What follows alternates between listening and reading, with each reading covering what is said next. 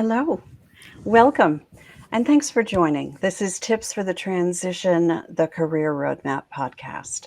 I'm Maria Tomás-Keegan, and I started this show 6 seasons ago to create resources for women to help them navigate career and life challenges with more ease and grace, and to know they are not alone. So we are here each week to inspire women worldwide to show up in their lives more confident, resilient, and brave. So, as you eavesdrop on this conversation, if you want more information, check out the show notes below so that you can find ways to connect with my guest and me.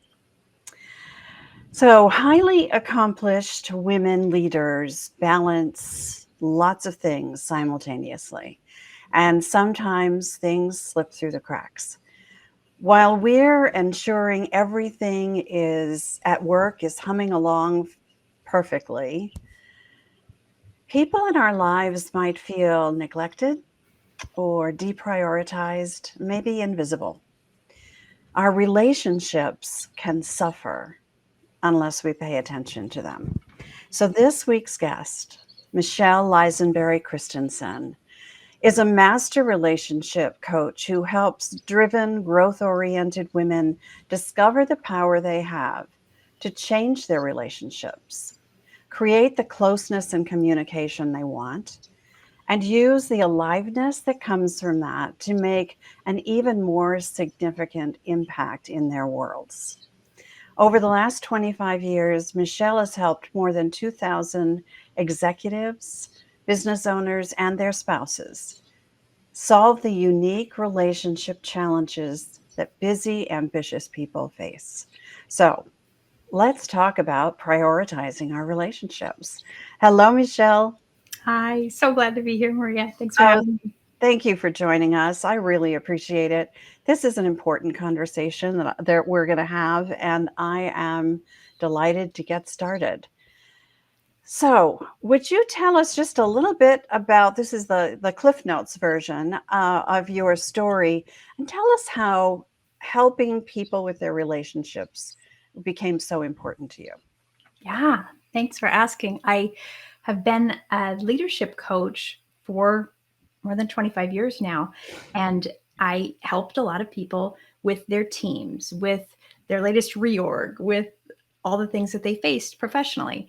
And many of my clients, as we worked together, grew to trust me deeply. And sometimes they would show up to a coaching session and say, I know we're supposed to talk about my team today, but can we talk about my marriage? And they would always say it sort of conspiratorially, almost guiltily. And I was always tickled to be invited into that level of intimacy, to be trusted with something so vulnerable and precious. And what I found was that there were specific patterns that I saw over and over again as leaders talked about what hurt most on the home front, where they felt unsuccessful as spouses and as parents, and where they felt frustrated with their partners. So I learned some patterns, and then I got way more training because really I was a leadership coach. I wasn't a relationship coach. So I went back and got mentored and certified to really be an expert on the love side. But I love being able to bring together that understanding of what your career is like if you're really a leader, as well as sort of the more general advice for marriage. Well, I love that you just said that because we really can't separate the two. We can't compartmentalize ourselves to the point where one does not affect the other. So it makes a whole lot of sense for us to bring it together in a way that brings harmony into our lives on both sides. I love Yes. that. Yeah. And what a woman needs from her spouse is very different if she is home all day focused on children versus if she is having a big career of her own and perhaps being a mother as well. Hmm. Her needs are very different, and what Yeah. she needs to ask her partner for is very different. All right. So let's talk about some of those unique problems that highly accomplished women face Yeah. in their relationships at home. Let's talk about that. I have a kind of a tagline for it. I call it Superwoman's Heartache. When a woman, Superwoman, what? Superwoman's Heartache. party. you know, Okay. heartache, the heartbreak Oh, that super heartbreak. women uniquely face. Okay, sorry. Yeah. Yeah, just that Okay.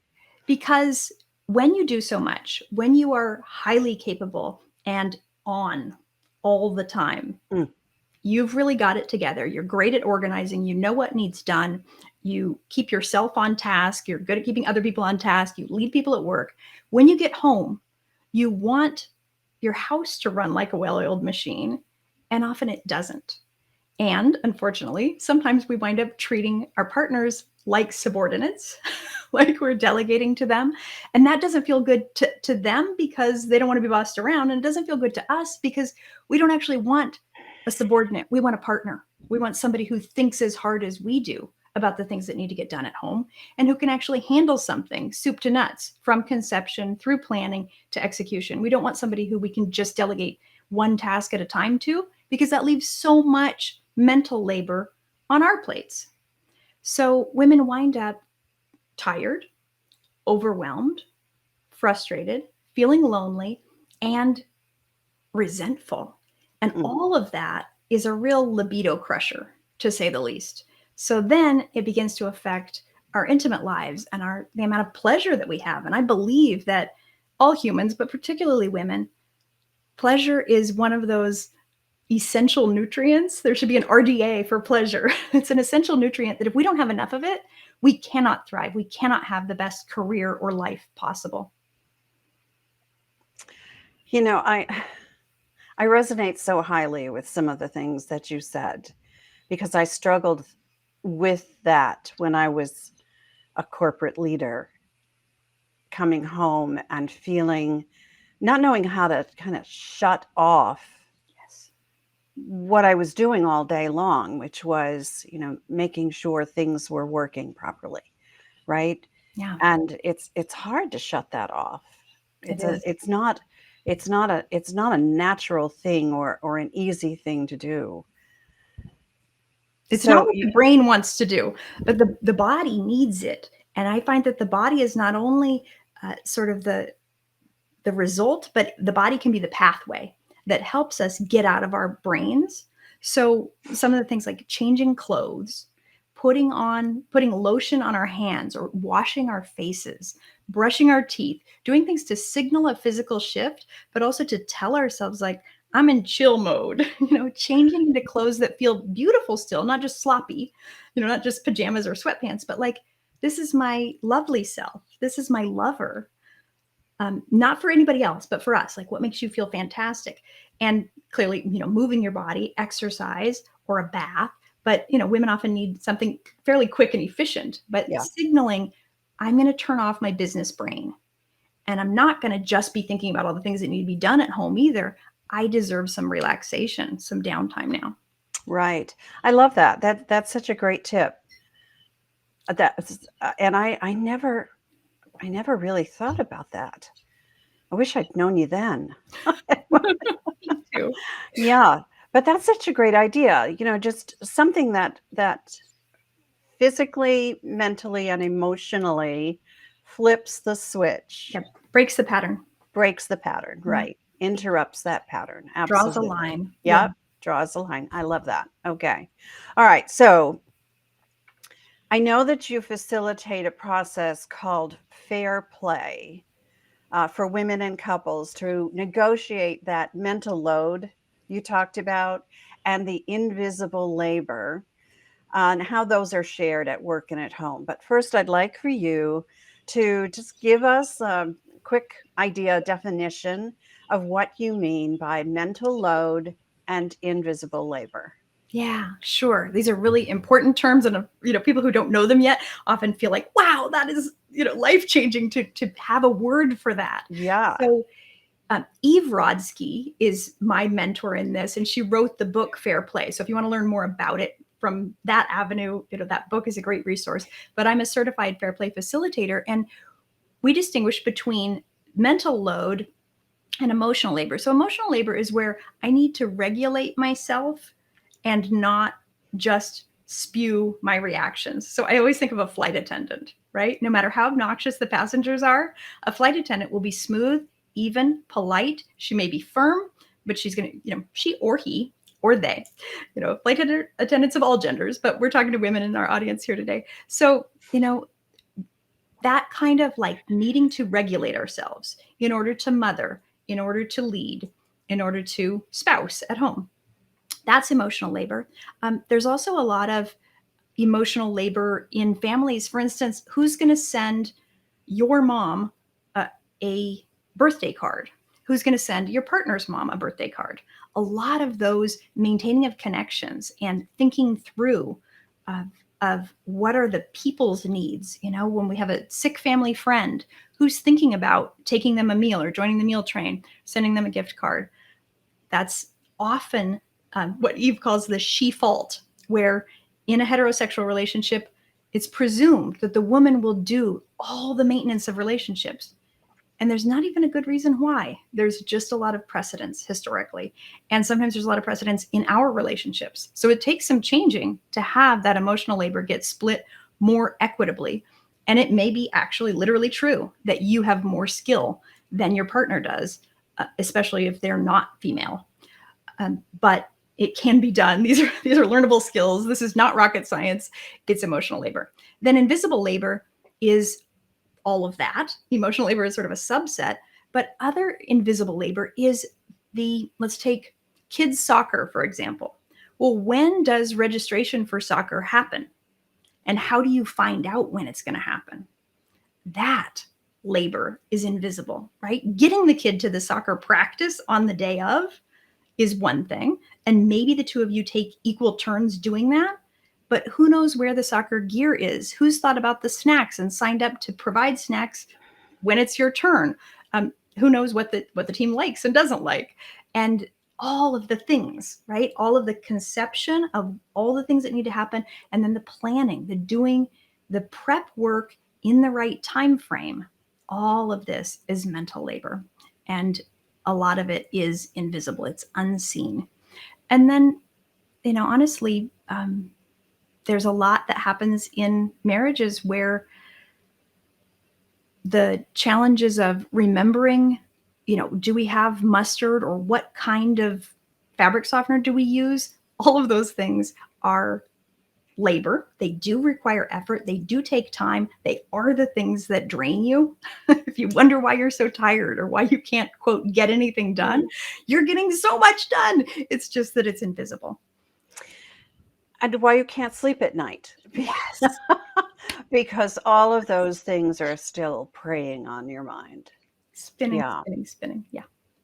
All right. So this shared labor challenge is, I would venture to say, it's a player in probably every relationship. And you say it's one of the key factors that kills couples' intimacy and connection. So I'm sure we all have a pretty good idea why that is, but I'd love to hear that from you. Sure. Yeah. And I want to give hope here. Yeah. Because people get so frustrated. So I'll talk about it in terms of what it takes to have it stop being an obstacle. What it takes is for a woman who feels like she's holding more than her fair share, holding more than works well for her. And that's the thing to know, is that regardless of who makes how much money, how many hours each of you works, if you're doing too much for you to be well, for you to sleep well, for you to have time for yourself, for you to connect with friends, then you're doing too much. The labor isn't split equitably. You're not able to sustain what you're doing and be well. And as a woman, you're the hearth of the home. It's your well-being that gives light and warmth and energy to everybody else. There's that saying, mama ain't happy, ain't nobody happy. And it's true. It's like your well-being is the well. Think about that term. You are the well from which everyone draws sustenance. And so if we can think about it in that way, it's not being selfish to try to offload some of this labor. So that attitude is the starting place. And the lack of that attitude is a big reason why these inequities persist. So if we start to see, that it's of service to everybody for me to not be overloaded, then we can start to think about, how can it be of service to someone else, say in a heterosexual marriage, my husband, to do more, and probably your kids too. Probably and I have a 14-year-old and an 11-year-old at home. I am teaching them all the time to do more for themselves, not just to get things off my shoulders, but because there is humanity and there is skillfulness in our being able to contribute to the family. So when a male partner changes diapers, when they understand everything that goes into soccer, when they're intimately acquainted with their child's homework and their schooling needs, they're closer to that person, and that pays dividends for a lifetime. So in a way, you know, women have been hogging the juicy relational parts. I know it feels like work and often it's a drag, and in the aggregate, it's too much. But as we divide it out, we have more intimacy across the family because more people get to touch into those nitty gritty details that are, in essence, our life. Mm. That all makes so much sense, right? There's a lot of common sense in that.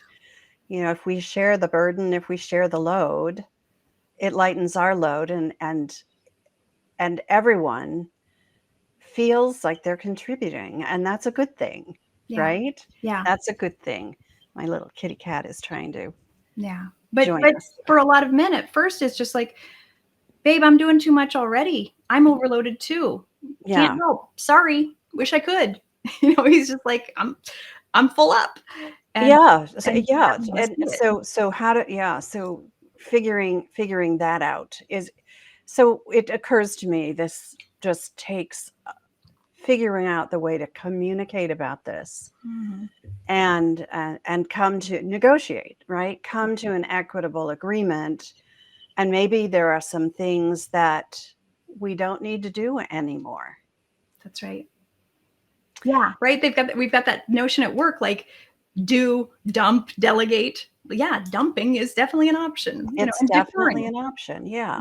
Save this for a different season of our lives. Okay, so what what assumptions fuel our thinking as women as we try to do it all? Yeah, that's a great question. I think one of the biggest ones that was a huge relief to me to learn, and that many of my clients benefit so much from, is that our success at this to-do list at home is not a moral issue.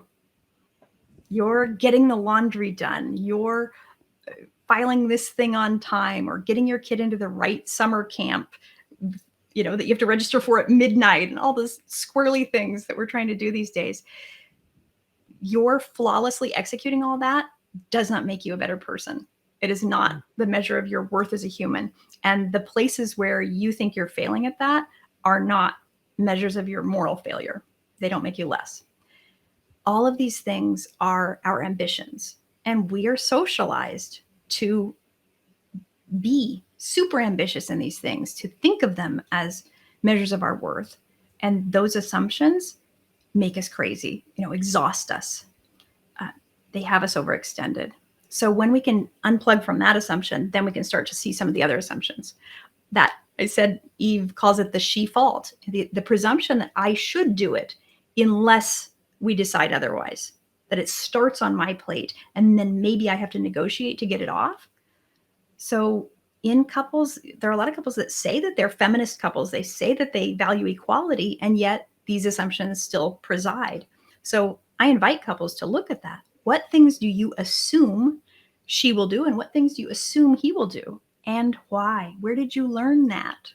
We've got many years of precedence, and many of them started in a time when, if you had the privilege for it, if you could financially afford it, only the man would have a job outside the house, and the woman would do all the jobs inside the house. And maybe that made sense then, but that's not who you and I are talking to today.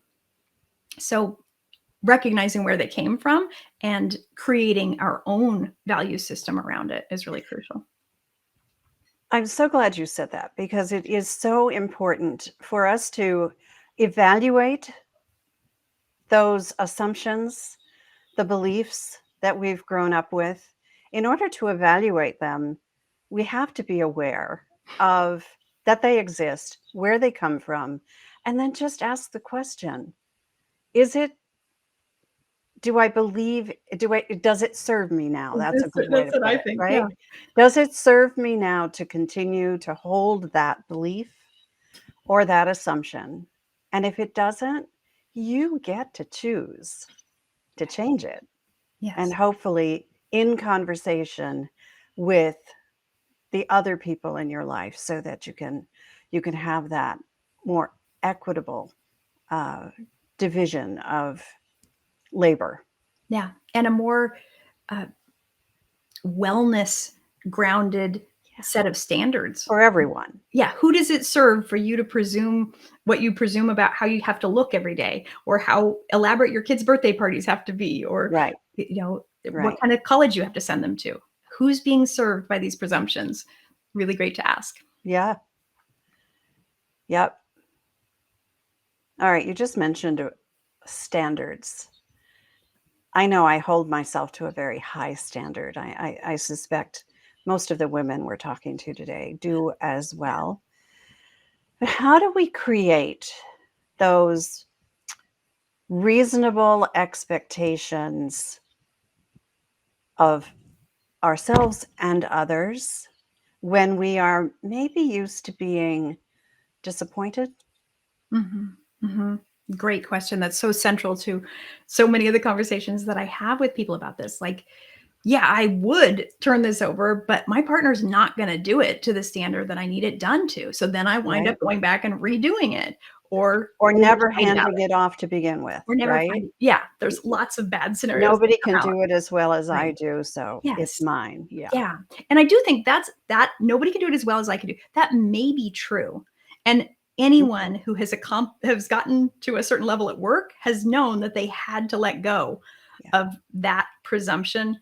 And it's even when it might be true. No one will do it as well as you would, but will they do it well enough?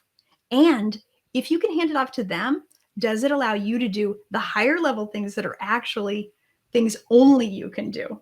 So I definitely work with clients on that at work. Like, while you're doing a job that somebody else could do well enough, who's doing your job? Your real job, the highest level stuff you're capable of. So when you start doing that, you start to accept, like, oh yeah, they're doing it like 95% as well as I would. Good enough. Yeah. Or Yeah. they're doing it differently, and it might actually be better, even though it's not how I would do it. And that takes some humility to admit.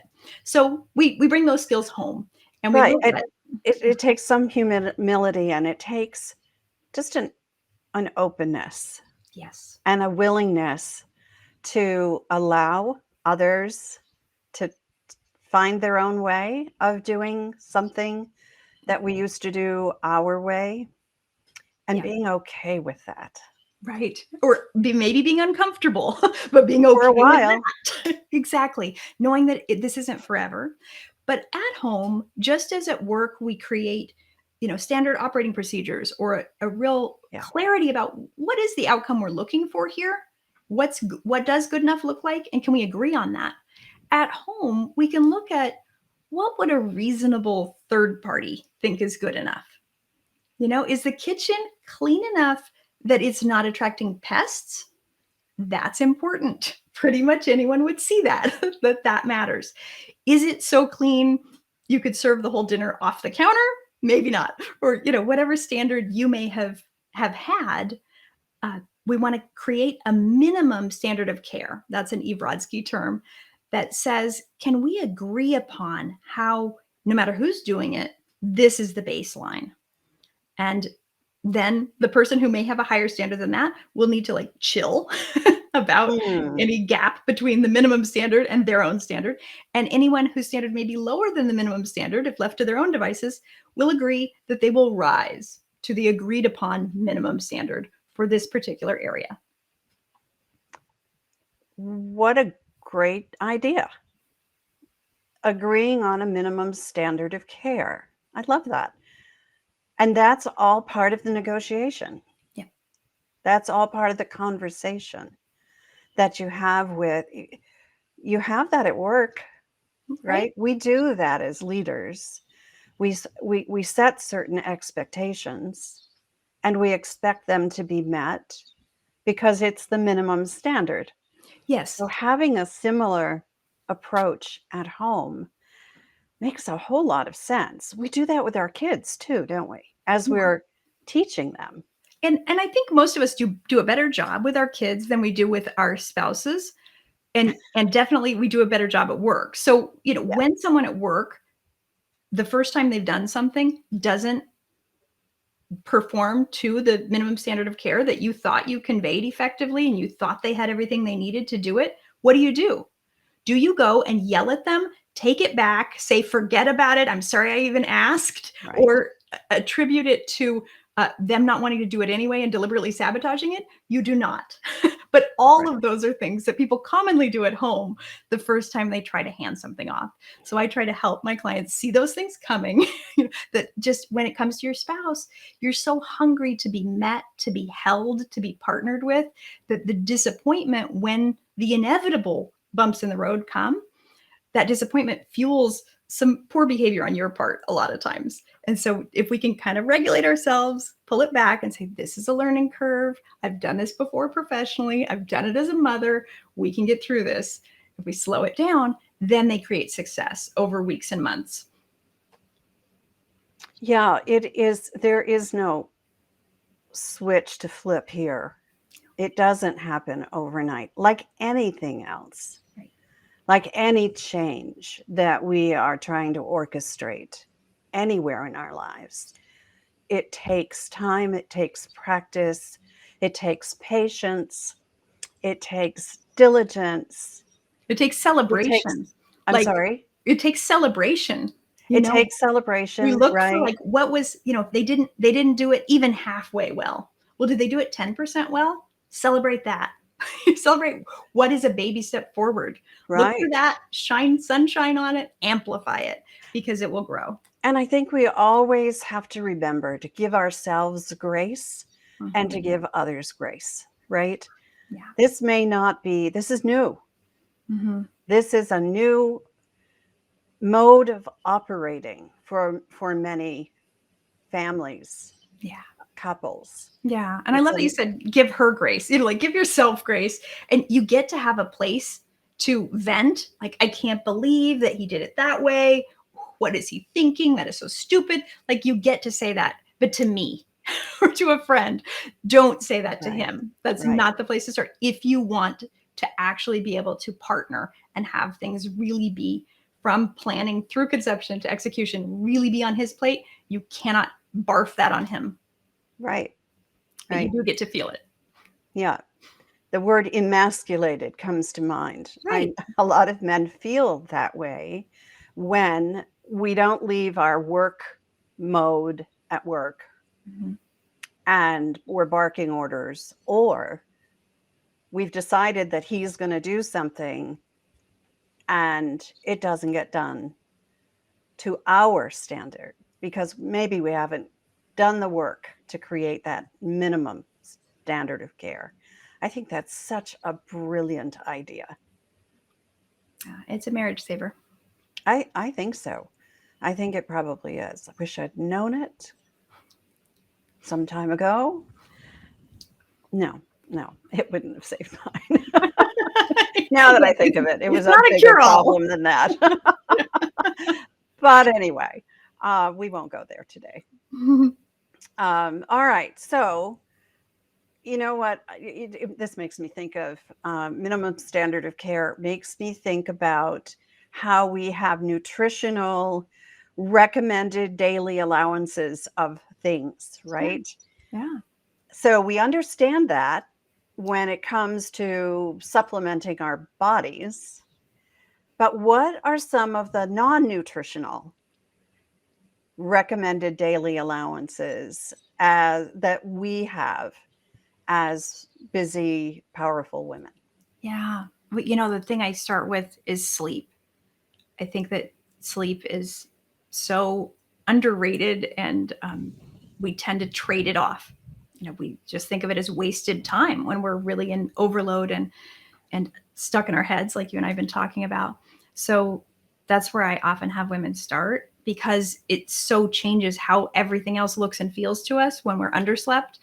And I wear an Aura ring. You can get, like your Apple Watch will track your sleep. There's lots of devices that can help you actually get real with how much sleep you're getting and the timing of it, because it makes a huge difference. And I'm looking at longevity, and I try to help people have what I call the 100-year marriage. That's a whole other topic for a whole other podcast. But looking at your sleep is a great place to start. Other things that I believe women need are orgasms. You have a recommended daily allowance for orgasms. It's unique to you, but I really believe that your pleasure and having that place where you can kind of just drop down into pleasant sensation and ride that is a beautiful way to hit the reset button and remember that you are not a human doing, you're a human being, and you were built for pleasure. That's why you have 8,000 nerve endings in your clitoris. You are made for this. And that can be with your partner or not. We all need stillness. I teach clients to have a meditation practice, some sort of way to get quiet inside and be able to observe the workings of their own mind. We all need movement. Our brains need it. Our mitochondria need it. So making space, even if it's just once an hour, getting up and doing some squats, doing some jumping jacks. That's kind of how it often works in my day. We all need friends. We all need to be heard and to be of service. That reciprocity in our friendships. In addition to the fun, I guess that's another one, is laughter. We all need to laugh, that belly laugh, that I have with certain friends. And if I don't make sure that I get it, it doesn't happen in the course of my everyday. There might be a chuckle here or there, but really truly letting loose and enjoying yourself. And then I think we all need a creative outlet. Eve has another book about this called Unicorn Space. We need a place where we are making and doing something that's creative, a time that's just for us to explore something new. And when we have that, we kind of come alive in a way that we don't when we've lost track of that. And I bet everybody listening can remember something that they used to do that felt like that, whether it was dance or pottery or painting. It might be cooking for fun for you, or it might be something that you do for service, but it's your unicorn space, and we all need that. Boy, you hit on some really good stuff, but here's what I want everybody to really hear. You're talking about a recommended daily allowance of this stuff, of all of this good stuff, starting with enough sleep every single day. That's not always easy to do. And the pleasure. I resonate highly with the laughter. It's essential in my life. Thank the good Lord. I'm married to an Irishman who thinks a lot of things are funny. And he does make me laugh every day. And if that doesn't happen, I miss it. So thinking about what are of those things and whatever else in each one of our listeners' lives, what is it that if you had it every single day, you would be on the road to having a thriving life, because everything else kind of falls into place. Am I right about that? Yeah, or is easier to deal with. You might still have headaches. My clients are very busy, very high stress. They're holding a lot of pressures, especially right now. The economy is challenging. They're having to make very difficult decisions every day. So I won't say everything is duck soup, but what it means, if you are well pleasured, well rested, and you're getting your laughter in, you know yourself as something beyond your career, and you feel that groove, there's almost like a dance to it, then you can walk into those challenging situations with some verve that is lacking if you're giving everything up for that same career.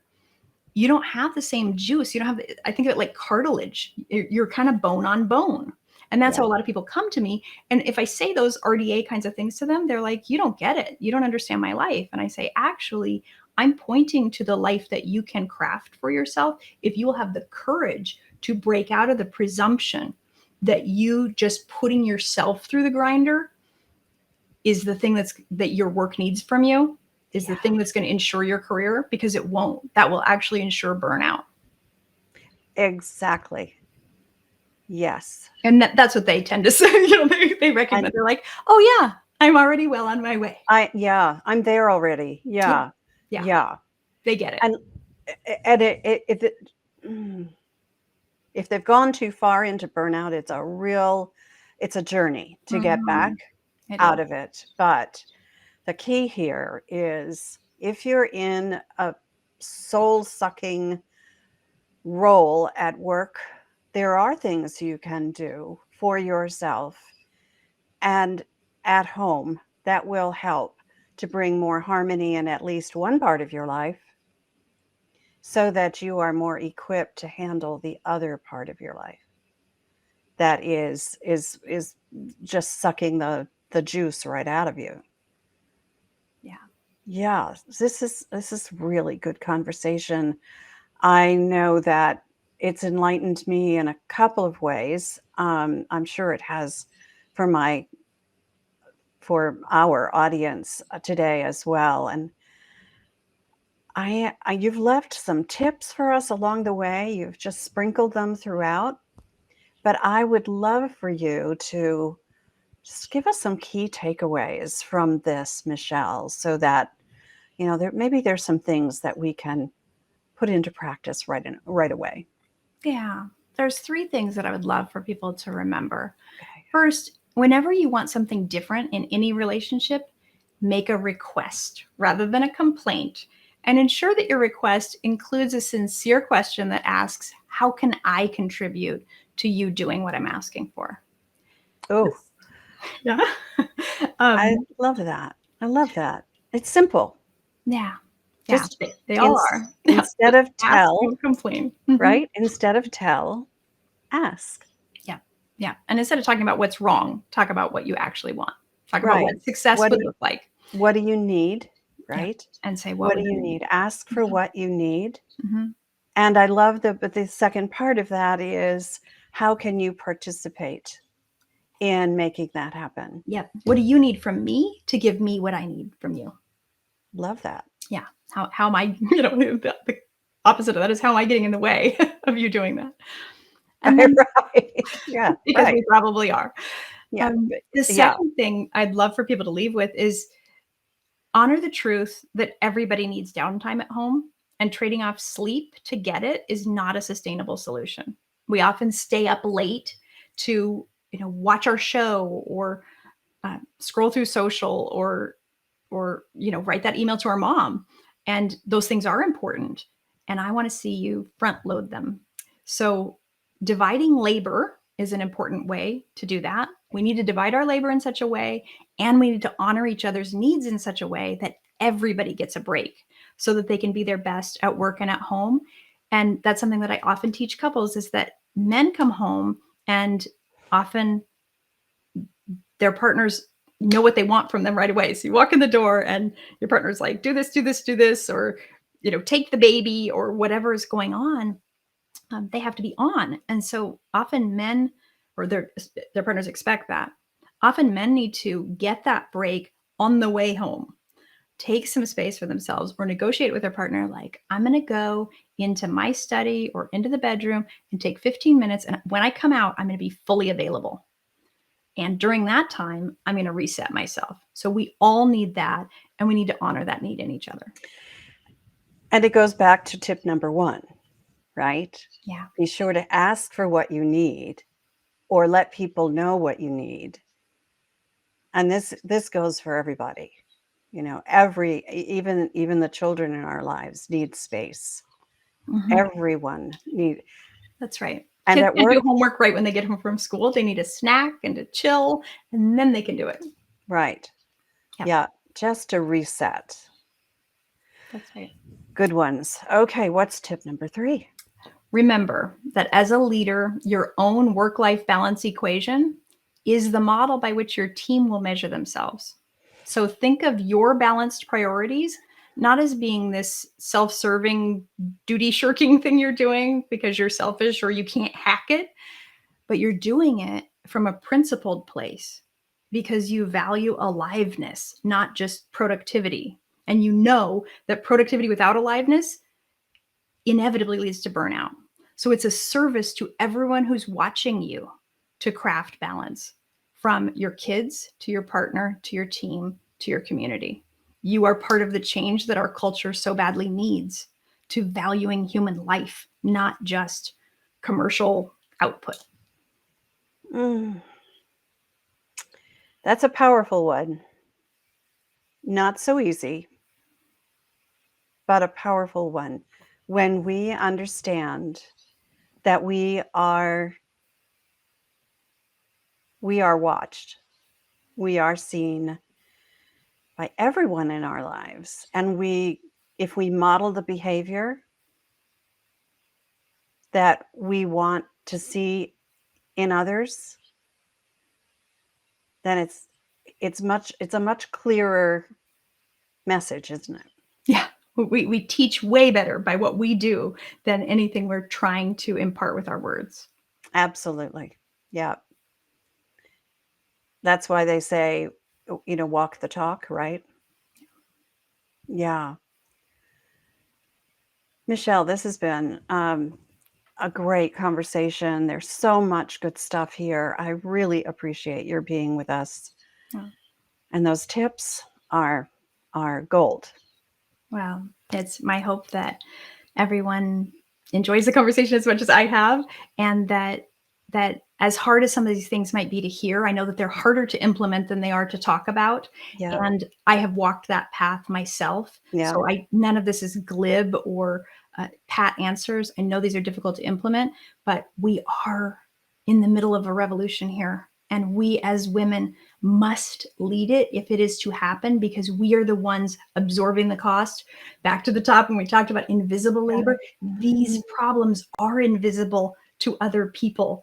We have to make them visible and be the solution by changing things that feel unchangeable and having the courage to do that one step, one day at a time. So my heart is with you as you endeavor to implement these. And Maria, thank you so much for having me. Oh, it is my pleasure. I've loved this conversation, and I know, and I am on board with you about, if we don't change it, it won't change. We see a lot, we take on a lot, and we can share a lot if we just have the conversations and ask for what we need. Yeah, really important. Michele, I know a lot of people are going to want to reach out to you. So tell us what the one best way is to do that. Yeah, you can go to my website at lisenbury.com, lisenbury.com. And that same spelling of my last name is useful on Instagram. My first name, Michele, with just one L, Lisenbury, is my handle on Instagram. And that's another great place to reach me. That's fabulous. Thank you so much for being here. My pleasure. Thank you, Maria. And for everyone else who is watching or listening, I appreciate that you're a part of our community. And if you enjoyed this episode, please subscribe, leave a comment, click a star, let us know what you think about what you're hearing. And as I said at the top of the show, I love creating and sharing resources for women. Plus, as a life coach and a career coach, I work with women to help them navigate challenging times more quickly and gracefully. So if something in this episode resonates with you and you'd like a fresh perspective, reach out. Let's talk. The links to connect with Michele and me are in the show notes below. And I invite you to continue this conversation in my private Facebook group, The Career Transition Roadmap. So again, look for the links for that below. And let's meet again here next Wednesday, as always, because you know what? I believe it's our time to thrive. So let's thrive together. Till next time, I'm Maria Tomás-Keegan, helping you turn transition into triumph.